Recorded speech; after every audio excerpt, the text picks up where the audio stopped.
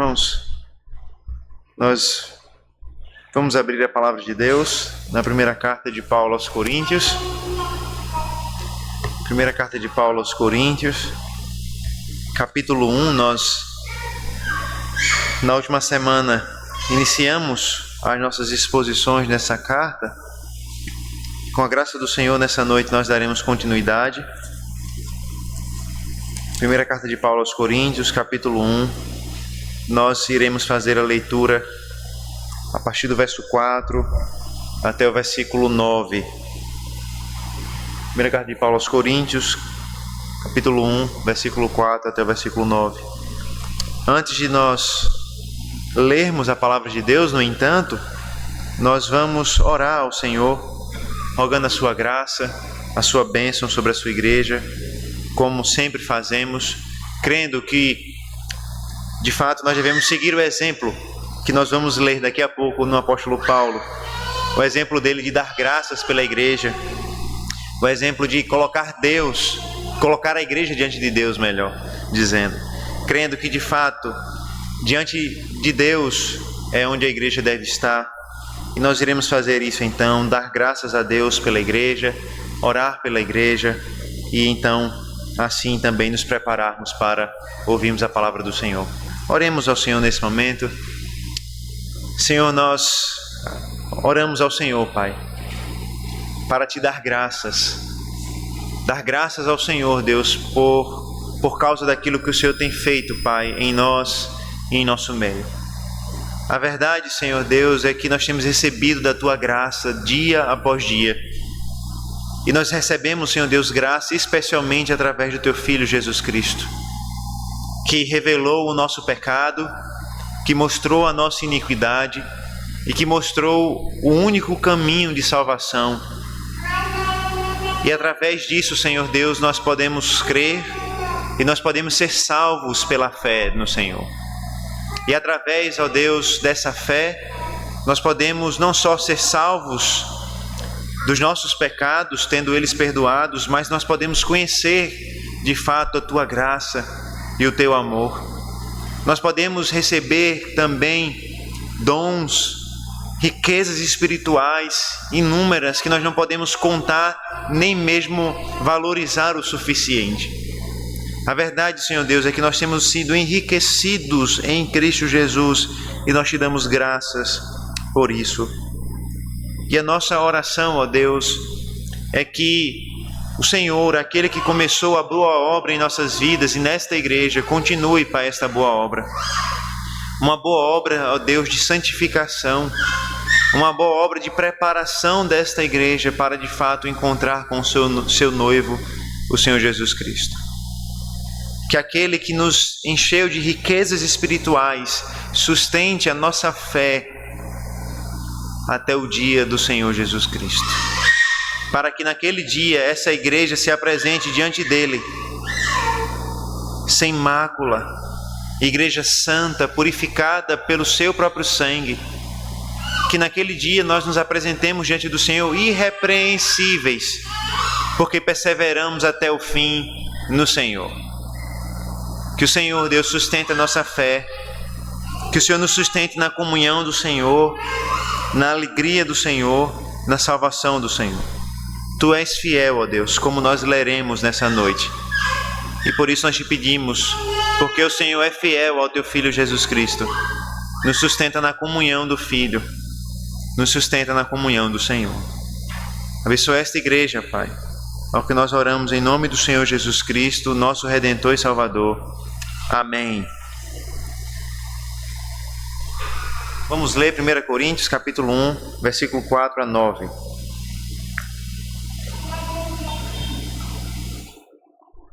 Sempre dou graças ao meu Deus por vocês, por causa da graça de Deus que foi dada a vocês em Cristo Jesus. Porque em tudo vocês foram enriquecidos nele, em toda a palavra e em todo o conhecimento, assim como o testemunho de Cristo tem sido confirmado em vocês, de maneira que não lhes falta nenhum dom, enquanto aguardam a revelação de nosso Senhor Jesus Cristo. Ele também os confirmará até o fim, para que vocês sejam irrepreensíveis no dia de nosso Senhor Jesus Cristo. Fiel é Deus, pelo qual vocês foram chamados à comunhão de seu Filho Jesus Cristo, nosso Senhor. Amém. Amém. Vamos ao Senhor, mais uma vez, rogando a graça dele sobre nós, agora que lemos a palavra, para que ele fale ao nosso coração. Senhor, nós lemos a tua palavra, e mais uma vez a nossa oração, Senhor, é que o Senhor fale conosco por meio desse Salvador Jesus Cristo. No nome dele nós oramos. Amém. Amém. Irmãos, nós começamos na última semana a meditar nessa carta que Paulo escreveu à igreja de Corinto. E na última semana nós percebemos como Paulo é o grande fundador dessa igreja. Ele é o primeiro pastor dessa igreja.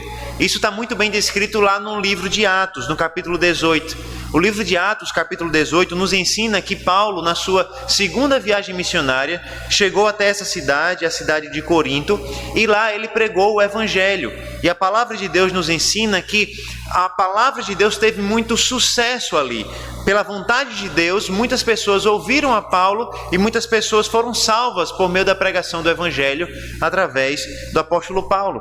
E o texto nos revela que Paulo passou um longo período lá, ou um bom período, pelo menos para os parâmetros do apóstolo Paulo. Paulo passou 1 ano e meio naquela igreja, pregando a palavra, ensinando, enquanto as pessoas ouviam, eram salvas e se juntavam ao povo de Deus. Depois desse período de 1 ano e meio, Paulo saiu de Corinto e foi continuar o seu ministério de pregação. E então Paulo continuou visitando as igrejas e assim por diante. E numa terceira viagem missionária, Paulo estava retornando para as igrejas que ele já havia pregado, para ver como os irmãos estavam, para ver como eles haviam progredido na fé, para visitá-los. E então ele chega na cidade de Éfeso e recebe más notícias a respeito da igreja de Corinto. Ele recebe depoimentos e provavelmente cartas que anunciavam más notícias a respeito daquela igreja que ele havia fundado, aquela igreja que ele havia pastoreado por mais de 1 ano. O apóstolo então recebe más notícias, e ele recebe essas más notícias de boa parte da igreja, de um grupo bom da igreja. E que más notícias eram essas, irmãos? Nós vimos que as más notícias eram muitas. Nas palavras de Guy Waters, nós vimos que Paulo parece estar se movendo de um incêndio para o outro, na esperança de apagar o incêndio antes que o outro saia fora do seu controle. E quando nós olhamos, irmãos, para a estrutura da carta, nós podemos perceber que Paulo, de fato, nessa carta, está respondendo a esses problemas, a esses questionamentos dos irmãos. No início da carta, Paulo trata a respeito das divisões da igreja. Esse era um grande problema que existia na igreja de Corinto e que foi levado até Paulo. Paulo estava lidando com uma igreja dividida. Uns que diziam seguir a um, outros que seguiam a Pedro, outros que seguiam a Paulo, outros que seguiam a Apolo, e alguns que diziam seguir a Cristo, para no fim das contas não seguir a ninguém. Depois disso, Paulo vai tratar sobre problemas na vida moral desses irmãos. Paulo vai tratar de problemas na área do casamento, divórcio. Ele vai tratar até mesmo de um homem que tinha um relacionamento com a sua própria madrasta. São tratadas ainda, irmãos, outras questões sérias, como a liberdade. Até onde vai a nossa liberdade cristã? Paulo também vai tratar problemas em relação ao culto, problemas na ministração da ceia do Senhor, na mesa do Senhor. Alguns comiam demais, outros comiam de menos. Até mesmo em relação ao culto existiam problemas. Existiam dons espirituais nessa igreja e os irmãos não sabiam como usar esses dons espirituais. E isso atrapalhava o culto, isso prejudicava. Até mesmo Paulo vai tratar da questão do uso do véu e outras tantas questões na igreja. Em outras palavras, irmãos, essa não era uma igreja fácil. Pelo contrário, essa é uma igreja muito difícil, muito problemática. E é uma igreja que havia sido pastoreada pelo apóstolo Paulo. De modo interessante, mesmo Paulo sendo um bom pastor, e ninguém duvida que Paulo era um bom pastor, a igreja tinha muitos problemas, a igreja tinha muitas dificuldades. Em resumo, irmãos, a verdade é que aquela igreja havia sido infectada pelo modo de pensar e de viver mundano e pecaminoso que era característico dessa grande cidade chamada Corinto. Essa cidade era conhecida por ser uma cidade onde existia muita imoralidade e idolatria, e a igreja havia se contaminado com isso. A carta, então, é uma tentativa de Paulo, mais uma tentativa de Paulo, de tratar esses problemas na igreja. E como nós vimos, é comum, antes de Paulo começar a tratar diretamente desses problemas, é comum que Paulo se apresente nas suas cartas. E ele fez isso. Nós vimos na última semana como ele se apresentou como apóstolo de Jesus Cristo, como ele apresentou a igreja do Senhor Jesus Cristo, que era a igreja de Corinto. E nós vamos ver ainda que nesse início da carta, Paulo transmite as suas ações de graças. E isso era comum, ou pelo menos era comum que as cartas se iniciassem com um desejo de saúde. Mas aqui nós vamos ver que Paulo faz muito mais do que apenas desejar saúde ou dar um bom dia para a igreja. Paulo mostra as suas ações de graças, Paulo mostra a sua oração por essa igreja, Paulo mostra os seus motivos de oração por causa desta igreja.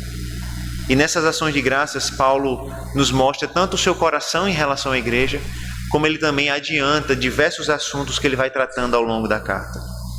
E através desses versículos, através das ações de graças do apóstolo Paulo, nessa noite, nós aprenderemos que nós somos santificados em Cristo Jesus e nós devemos então sempre dar graças a Deus. A grande pergunta é, pelo que nós devemos dar graças a Deus? Pelo que nós que fomos santificados em Cristo devemos dar graças a Deus? Paulo nos ensina que nós devemos dar graças a Deus em primeiro lugar, por causa da riqueza da graça em Cristo. Por causa da riqueza da graça em Cristo. Observe os versículos de 4 a 7 e veja como Paulo de fato mostra a sua gratidão a Deus pela vida desses irmãos, por causa da vida desses irmãos. Veja o versículo 4 que nos diz assim: sempre dou graças ao meu Deus por vocês, por causa da graça de Deus que foi dada a vocês em Cristo Jesus. Porque em tudo vocês foram enriquecidos nele, em toda palavra e em todo o conhecimento, assim como o testemunho de Cristo tem sido confirmado em vocês, de maneira que não lhes falta nenhum dom, enquanto aguardam a revelação de nosso Senhor Jesus Cristo. Em suas ações de graças, irmãos, então, Paulo revela que aquela igreja fazia parte das suas orações constantemente. Paulo não estava apenas fazendo uma oração especial por essa igreja, ou uma oração isolada por essa igreja. Não, Paulo revela que aquela igreja fazia parte dos pedidos de oração de Paulo constantemente. Constantemente Paulo orava por aquela igreja e dava graças a Deus pela vida daquela igreja. E em toda a oportunidade que Paulo tinha de orar por essa igreja, e ele fazia isso constantemente, ele louvava a Deus e dava graças a Deus pela vida desses irmãos. E aqui, irmãos, nós devemos pensar rapidamente por que Paulo dava graças a Deus pela vida desses irmãos. Nós vimos agora há pouco que essa era uma igreja extremamente complicada, extremamente difícil. Era uma igreja cheia de problemas e de pecados enraizados aqui. Era uma igreja que dava muita dor de cabeça para Paulo. Mas mesmo assim, ele diz que orava constantemente por essa igreja. E ele não orava por essa igreja só para pedir por ela. Paulo diz que orava constantemente por essa igreja para louvar a Deus e agradecer a Deus por essa igreja. E aqui, irmãos, nós vemos como o apóstolo Paulo nos ensina algo maravilhoso a respeito da graça que recebemos em Cristo Jesus. Veja que a razão da gratidão de Paulo, a razão da alegria de Paulo, do louvor de Paulo a Deus por essa igreja, não é por causa da qualidade desses irmãos. Paulo não diz, irmãos, eu dou graças a Deus porque vocês são fiéis, porque vocês são bons, porque vocês fazem isso, porque vocês fazem aquilo, porque vocês são engajados na obra do Senhor. Paulo diz, eu dou graças a Deus por causa da graça que foi dada a vocês em Cristo Jesus. Como nós observamos na semana passada, a graça é, sem sombra de dúvidas, um elemento fundamental do Evangelho que Paulo pregou a esses irmãos. É o favor de Deus, é o favor imerecido de Deus para pecadores como nós. E Paulo diz que esse é o grande motivo das suas ações de graças por causa desses irmãos. E aqui, irmãos, nós vemos como, sim, nós podemos e devemos dar graças a Deus, até mesmo pela vida de igrejas complicadas ou de irmãos complicados que nós temos na igreja. Paulo olhava para aquela igreja difícil, e mesmo assim enxergava naquela igreja a graça de Deus através do Senhor Jesus Cristo. Paulo olhava para aqueles irmãos tão difíceis de lidar, tão envolvidos, infelizmente, com o pecado, e mesmo assim ele encontrava razões para glorificar a Deus, e ele fazia isso por causa da graça do Senhor Jesus Cristo. Certamente aqueles irmãos não eram merecedores de grandes elogios, não eram merecedores de grandes recompensas, mas Deus era, Cristo era. Cristo é digno de todo louvor por causa da graça que ele havia derramado sobre aqueles irmãos.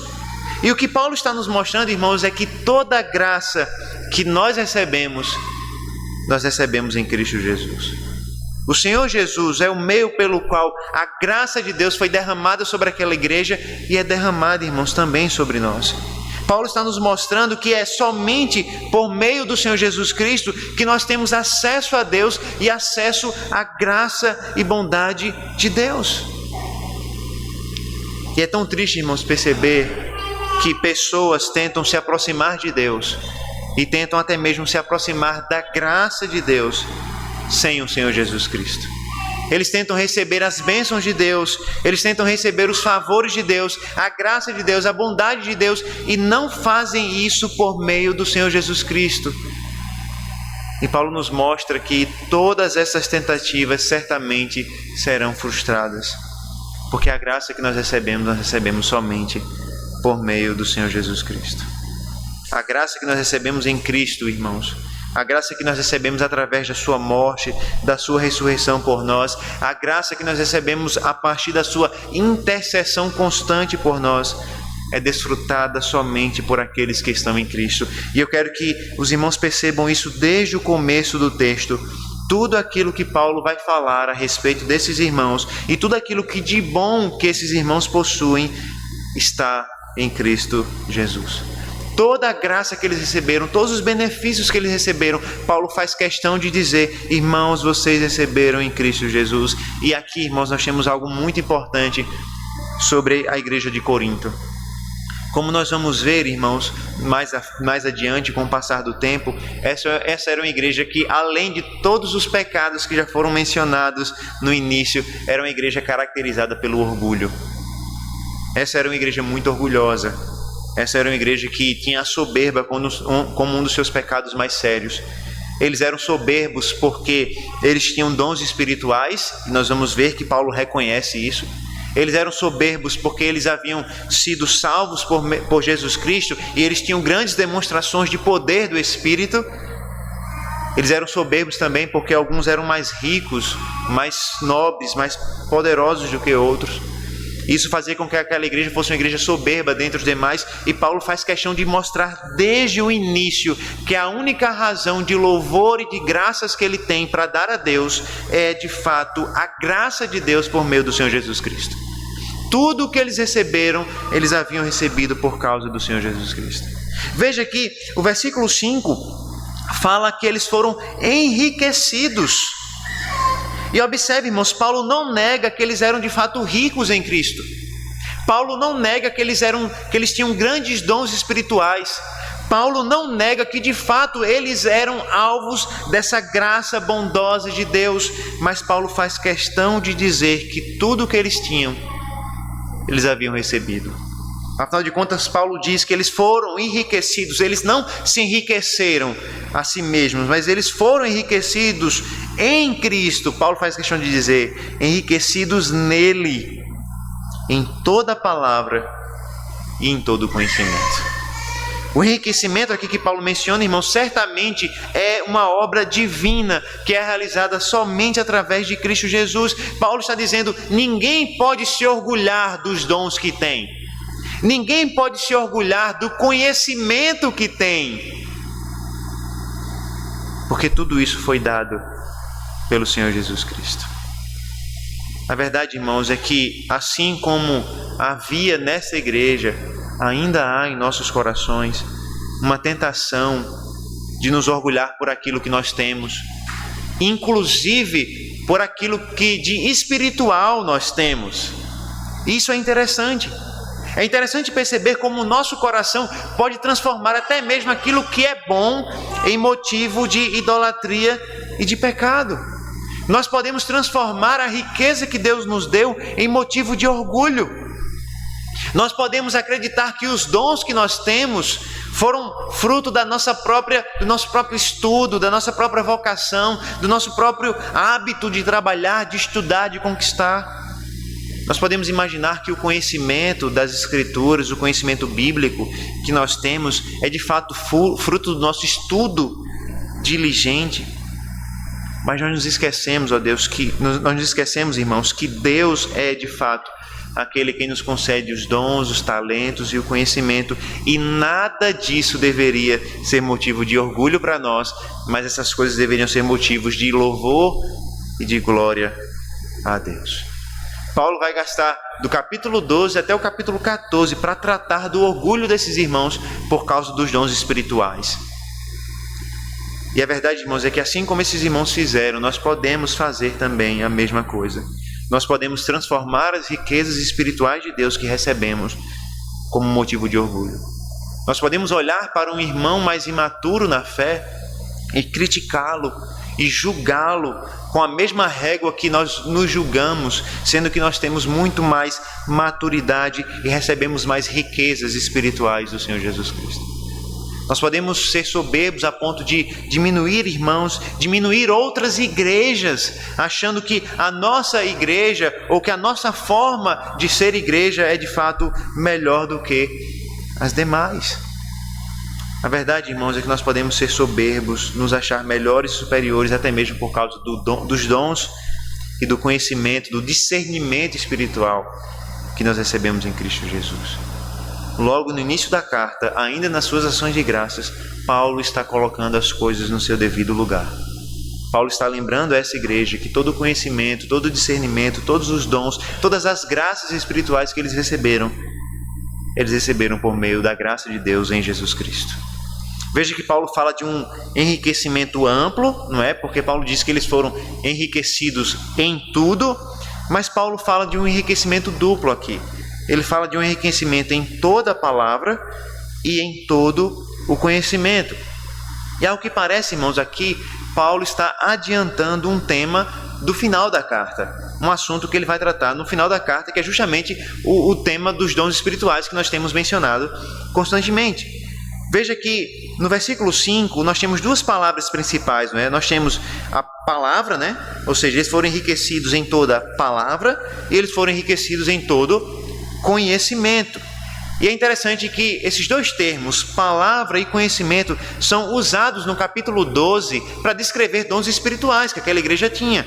No capítulo 12, Paulo fala sobre o dom da palavra de sabedoria e da palavra do conhecimento. São dois dons que Paulo menciona no capítulo 12, no versículo 8. E quando Paulo menciona então essas mesmas palavras, esses mesmos termos no capítulo 1, parece que Paulo de fato está reconhecendo que esses irmãos possuíam dons espirituais. Paulo está de fato reconhecendo que aqueles irmãos possuíam dom de conhecimento, dom de sabedoria, e Paulo está dando graças a Deus por esses dons espirituais. E veja, irmãos, como Paulo separa muito bem as coisas. Os dons espirituais era um problema nessa igreja. Ou, melhor dizendo, os dons espirituais causavam problemas nessa igreja. Mas Paulo reconhece que esses dons não são maus. Má é a atitude dos irmãos que usavam esses dons espirituais como motivo de soberba e de orgulho. E Paulo de fato reconhece, Paulo diz, irmãos, vocês têm dons valiosos, vocês têm graça valiosa do Senhor Jesus Cristo, vocês receberam dons maravilhosos da graça de Cristo Jesus. Mas não se esqueçam, vocês receberam, vocês não compraram, vocês não criaram, vocês não desenvolveram, vocês receberam esses dons do Senhor Jesus Cristo. E essa informação é muito importante quando nós lembramos que o apóstolo Paulo irá exortá-los de fato em relação ao mau uso desses dons. Inclusive, Paulo vai dizer no capítulo 13 que todo o conhecimento dos mistérios de Deus é inútil sem amor. O problema não era os dons que essa igreja possuía. O problema não era o profundo conhecimento que essa igreja possuía. O problema é que essa igreja usava mal aquilo que possuía, porque eles acreditavam, ou pelo menos se comportavam, como se acreditassem que de fato aqueles dons fossem deles e não de Deus. E Paulo faz questão de dizer que toda a riqueza espiritual foi dada por Deus em Cristo Jesus. A confirmação, então, irmãos, desse testemunho vem logo, a confirmação desses dons espirituais vem logo no versículo 6. Veja que no versículo 6, Paulo fala de uma confirmação do testemunho de Cristo no meio deles. E veja, irmãos, que Paulo está elogiando aquilo que Deus tem feito no meio da igreja. Paulo diz: eu dou graças a Deus porque Deus derramou graças através de Cristo Jesus. Eu dou graças porque vocês são ricos de dons espirituais e de conhecimentos que vêm de Cristo. E eu dou graças a Deus porque o testemunho de Cristo foi confirmado no meio de vocês. O que Paulo está falando aqui quando ele fala do testemunho de Cristo? Paulo está claramente falando da pregação do Evangelho. Em outras palavras, Paulo está dizendo: eu dou graças a Deus porque a pregação do Evangelho está dando frutos e está sendo confirmada na vida de vocês.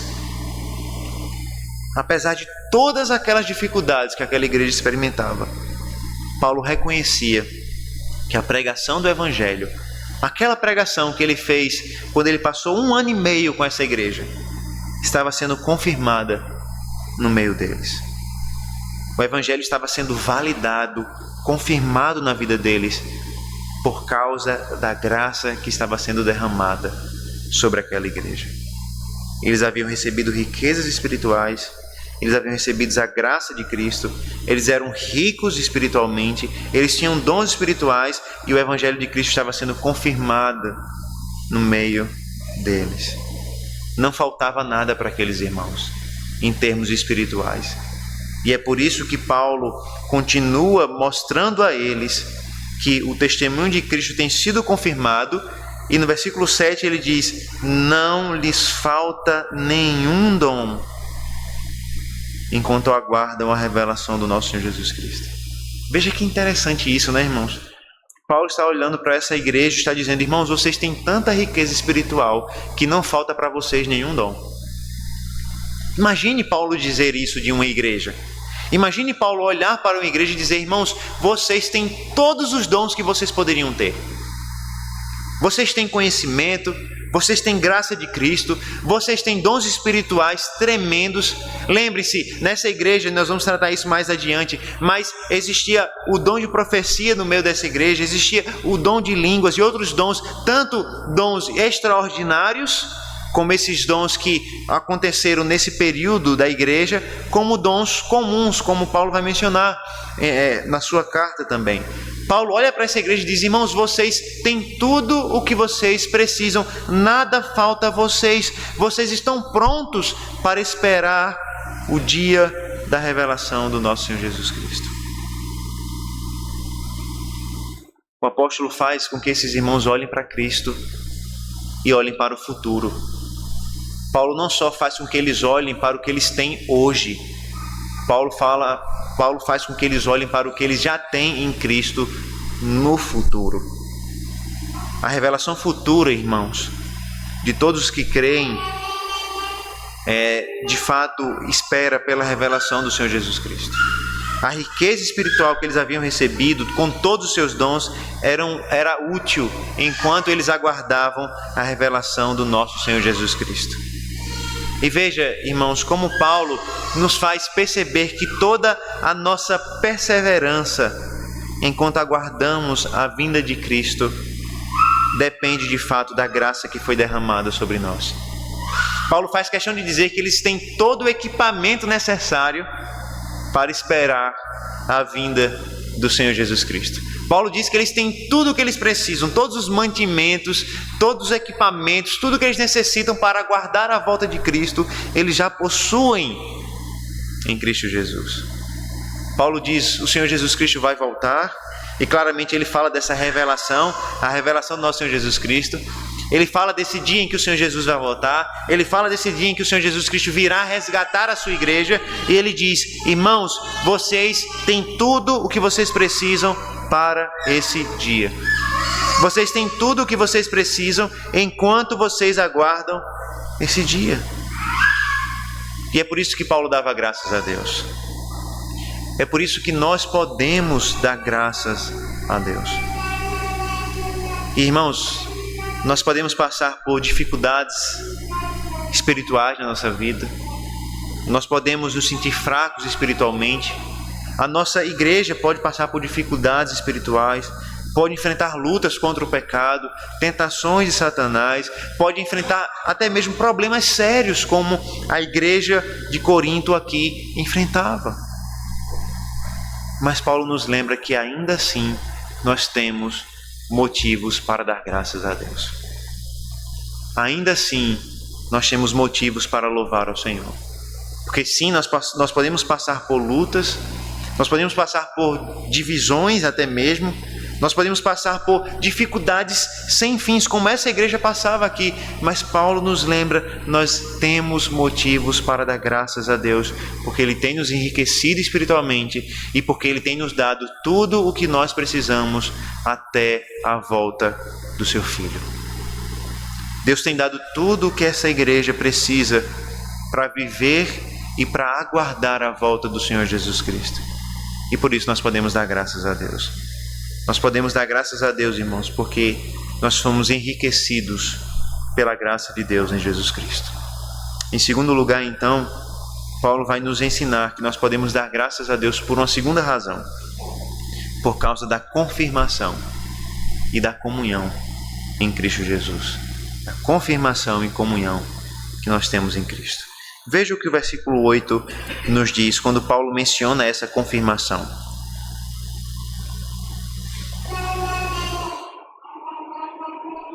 Ele também os confirmará até o fim, para que vocês sejam irrepreensíveis no dia do nosso Senhor Jesus Cristo. Veja, irmãos, qual é a promessa de Paulo para essa igreja.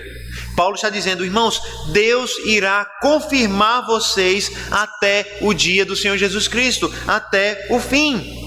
Esse era o mesmo Deus que havia começado a boa obra neles. O mesmo Deus que está confirmando o testemunho de Cristo na vida deles. O mesmo Deus que enriqueceu eles na graça. É o mesmo Deus que irá confirmá-los até o último dia, até o dia do Senhor Jesus Cristo.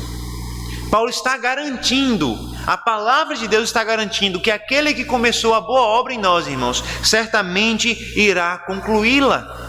Aquele que nos deu graça em Cristo, aquele que nos enriqueceu espiritualmente, aquele que tem confirmado o testemunho do Evangelho em nossas vidas, certamente confirmará as nossas vidas até o dia do Senhor Jesus Cristo. E Paulo diz, Ele irá confirmar as nossas vidas de modo irrepreensível.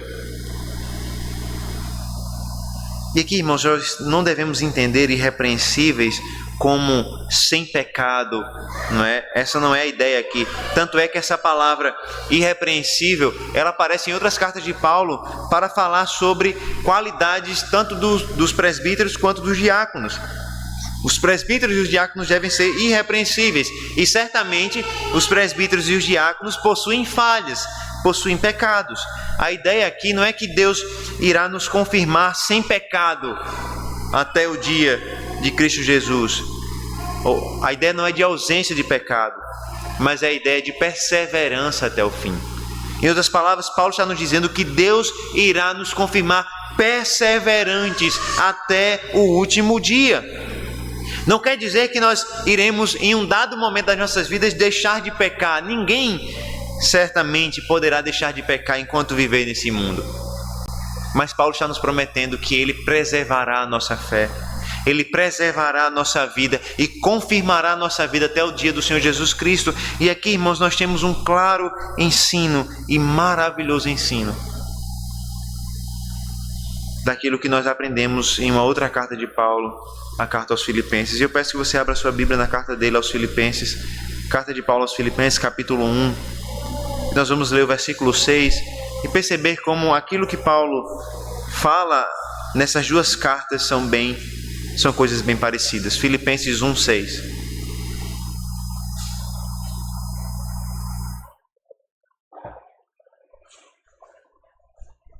Assim diz a palavra do Senhor: estou certo de que aquele que começou a boa obra em vocês há de completá-la até o dia de Cristo Jesus. A promessa, irmãos, é de que Deus irá confirmar o seu povo firme e irrepreensível até o fim, porque aquele que começou a boa obra há de concluir. E aqui, irmãos, que verdade maravilhosa é essa? Saber que nós não estamos de pé porque nós somos fortes.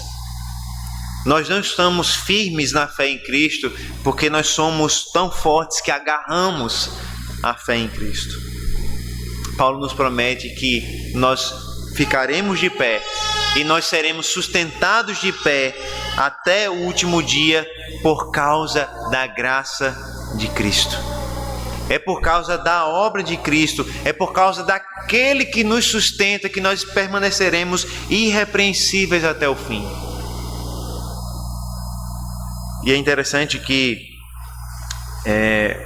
o pastor Russell Shedd, enquanto estava vivo, sempre perguntavam a ele se era possível perder a salvação. E a resposta dele era que depende. E perguntavam, né, por que depende?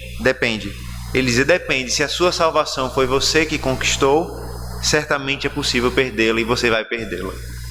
Mas se a sua salvação foi conquistada de fato por Jesus Cristo, essa salvação é impossível perder. E é isso que Paulo está nos ensinando tão claramente na sua carta, irmãos. Paulo está nos dizendo que aquele que começou a boa obra em nós irá completá-la até o dia de Cristo, irá nos firmar e confirmar de forma irrepreensível até o dia do Senhor Jesus Cristo. É o Senhor quem nos sustenta, é o Senhor quem sustenta as nossas vidas. E nós podemos ter certeza que nós seremos confirmados, sustentados até o dia de Cristo. Não pelos nossos méritos, não porque nós somos melhores do que outras igrejas, que outros irmãos, mas porque de fato aquele que começou a boa obra em cada um de nós irá nos sustentar até o fim. Veja que a frase, o dia do nosso Senhor Jesus Cristo, certamente é uma referência à volta de Cristo, o retorno de Cristo em glória. E é muito interessante perceber que o Antigo Testamento fala do grande dia do Senhor, o dia em que Deus viria para julgar a terra, para julgar o mundo e para promover a restauração do seu povo. Paulo então fala desse dia como o dia do Senhor Jesus Cristo. É evidente que para Paulo, o dia em que Deus virá ao mundo é o dia do Senhor Jesus Cristo. É evidente para Paulo que o Senhor Jesus Cristo é Deus verdadeiro e como Deus verdadeiro virá julgar o mundo. E nesse dia ele diz que nós estaremos irrepreensíveis diante dele. No dia em que o Senhor, o Todo-Poderoso, o Soberano Senhor, o Senhor Jesus Cristo virá para julgar o mundo, todos os homens, todas as nações, Paulo nos lembra que nós estaremos diante dele irrepreensíveis. E no versículo 9 ele vai dizer que isso é certo, porque Deus é fiel. Veja as palavras do versículo 9. Fiel é Deus, pelo qual vocês foram chamados à comunhão de seu Filho, Jesus Cristo, nosso Senhor. Veja, o Deus que nos dá riquezas espirituais, o Deus que confirmou o Evangelho em nossas vidas, o Deus que nos sustentará firmes até o fim, é o Deus que é fiel. E veja, não é simplesmente que Deus é fiel porque nós somos fiéis, mas Deus é fiel mesmo quando nós não somos fiéis, porque Deus cumpre a sua palavra efetivamente. A fidelidade de Deus, irmãos, como nos diz Thomas Schreiner, é um importante lembrete de que nós não somos salvos por mérito, nem por força própria. É o Senhor que é fiel que garante a nossa salvação até o fim. A verdade, irmãos, é que nós somos infiéis. A verdade é que nós pecamos constantemente contra o Senhor, seja em palavra, seja em pensamento, seja em ações. A verdade é que nós não conseguimos guardar puro o nosso coração. Nós sabemos muito bem disso. Mas veja que Paulo faz todas essas promessas. E como fundamento dessas promessas, ele coloca a fidelidade de Deus e não nossa. É porque Deus é fiel que nós podemos ter certeza dessas promessas. É porque Deus é fiel que nós podemos ter certeza que nós seremos confirmados até o fim. É porque Deus é fiel que nós temos certeza de que, de fato, naquele dia do Senhor Jesus Cristo, nós estaremos irrepreensíveis. Foi esse Deus que nos chamou para a comunhão do seu Filho Jesus Cristo. E a palavra aqui, traduzida por comunhão, ela traz a ideia mesmo de participação, de cooperação. O Senhor Jesus Cristo nos chamou para participarmos do Senhor Jesus Cristo, para termos um relacionamento verdadeiro, uma união verdadeira com o Senhor Jesus Cristo. E é por causa da fidelidade de Deus que nos sustenta e da comunhão que nós temos com Cristo, que nós caminhamos firmes até aquele dia. Você pode perceber, irmãos, como tudo o que nós temos, como tudo que nós já recebemos, como todas as promessas que são feitas a nós, todas elas estão atreladas ao fato de estarmos em Cristo. Todas as bênçãos que Paulo nos diz que nós recebemos, a graça, conhecimento, os dons, as riquezas espirituais, a confirmação do Evangelho, todas essas bênçãos, Paulo diz que nós recebemos em Cristo. E todas as promessas, a promessa de que nós temos tudo o que nós precisamos até o retorno de Cristo, a promessa de que Deus irá nos confirmar até o fim, tudo isso, todas essas coisas, Paulo nos diz, nós temos em Cristo.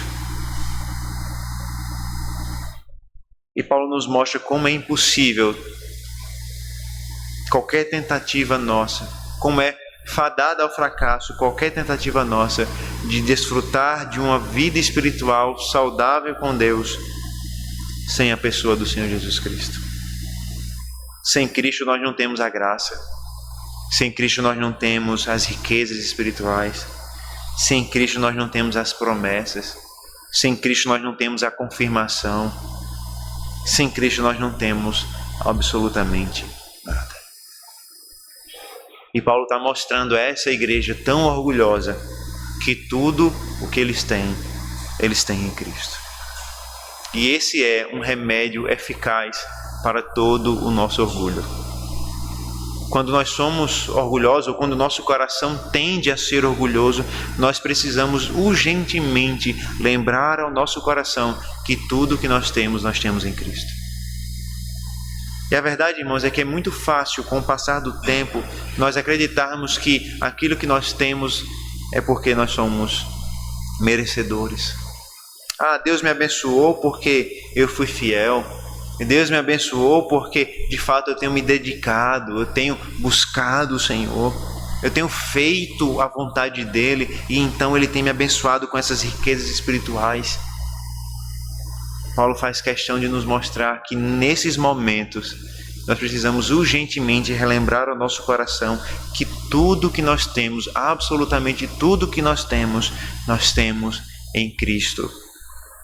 E afastado de Cristo, nós não temos absolutamente nada. Fiel é Deus. E porque Deus é fiel, nós podemos ter certeza que em Cristo nós temos todas essas coisas. A nossa fé, irmãos, a nossa vida depende da fidelidade de Deus e da união que nós temos em Cristo. Se nós fomos chamados por Deus para essa comunhão, nós podemos então estar certos de que nós estamos em Cristo. E se nós estamos em Cristo, nós podemos estar certos de que nós temos todas as coisas que são prometidas nesse texto da palavra de Deus. E além disso, eu gostaria que nós refletíssemos também sobre como muitas vezes nós buscamos coisas que somente Cristo pode nos dar. como muitas vezes nós buscamos satisfação, alegria, paz, contentamento, esperança em outras coisas que não são Cristo.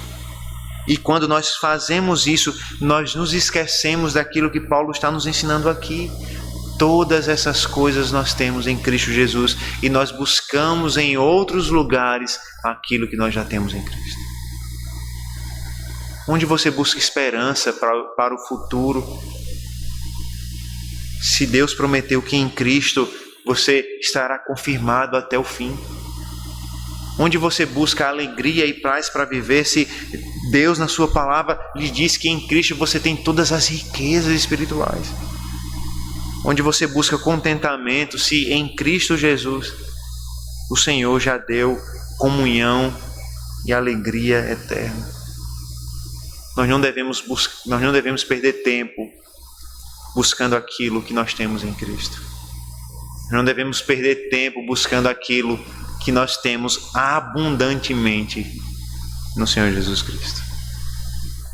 A verdade é que nós podemos dar graças a Deus por causa da riqueza da graça que recebemos em Cristo e por causa da comunhão e da confirmação que nós temos nela. Tudo que nós temos, irmãos, toda a riqueza espiritual, todas as promessas, tudo que nós temos em Cristo. E em Cristo nós estamos firmes. E em Cristo nós seremos confirmados até o fim. Louvado seja Deus. Graças sejam dadas a Deus por esse Salvador, que nos deu tudo o que nós precisamos nesse mundo e no mundo por vir. Vamos orar ao Senhor nesse momento.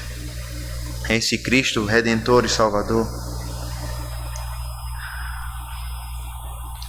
Nós louvamos o Teu nome, ó Deus, porque o Senhor lembra aos nossos corações, muitas vezes orgulhosos, de que nós temos toda a riqueza espiritual em Cristo, que todos os dons, todos os talentos, toda a riqueza espiritual, todo o conhecimento que nós temos foi dado pelo Senhor em Cristo. O Senhor nos faz promessas de que nós perseveraremos até o fim, de que o Senhor nos confirmará até o fim, de que o Senhor irá completar a obra que o Senhor iniciou em nós até o fim. E tudo isso em Cristo. E por isso, ó Deus, nós queremos dar graças ao Senhor e louvar o Teu nome. Porque mesmo reconhecendo que nós somos pecadores, nós podemos crer que há um Deus que ama uma igreja pecadora e que enviou o Seu Filho Jesus Cristo para purificar esta igreja de todo o pecado. E nesse Salvador nós temos não só o perdão, mas tudo o que nós necessitamos nesse mundo e no mundo por vir. Nos ajuda, Senhor Deus, a aguardar a revelação de Cristo. Nos ajude a aguardar o dia em que o Senhor voltará para nos buscar, firmados e confirmados na comunhão do Senhor Jesus Cristo. Nos faz lembrar, Senhor Deus, que a Tua salvação é certa, porque o Senhor é fiel. E porque em Cristo Jesus nós temos eternas promessas de salvação. Graças sejam dadas ao Senhor. Louvado seja o nome do Senhor. É assim que nós oramos em nome de Cristo. Amém.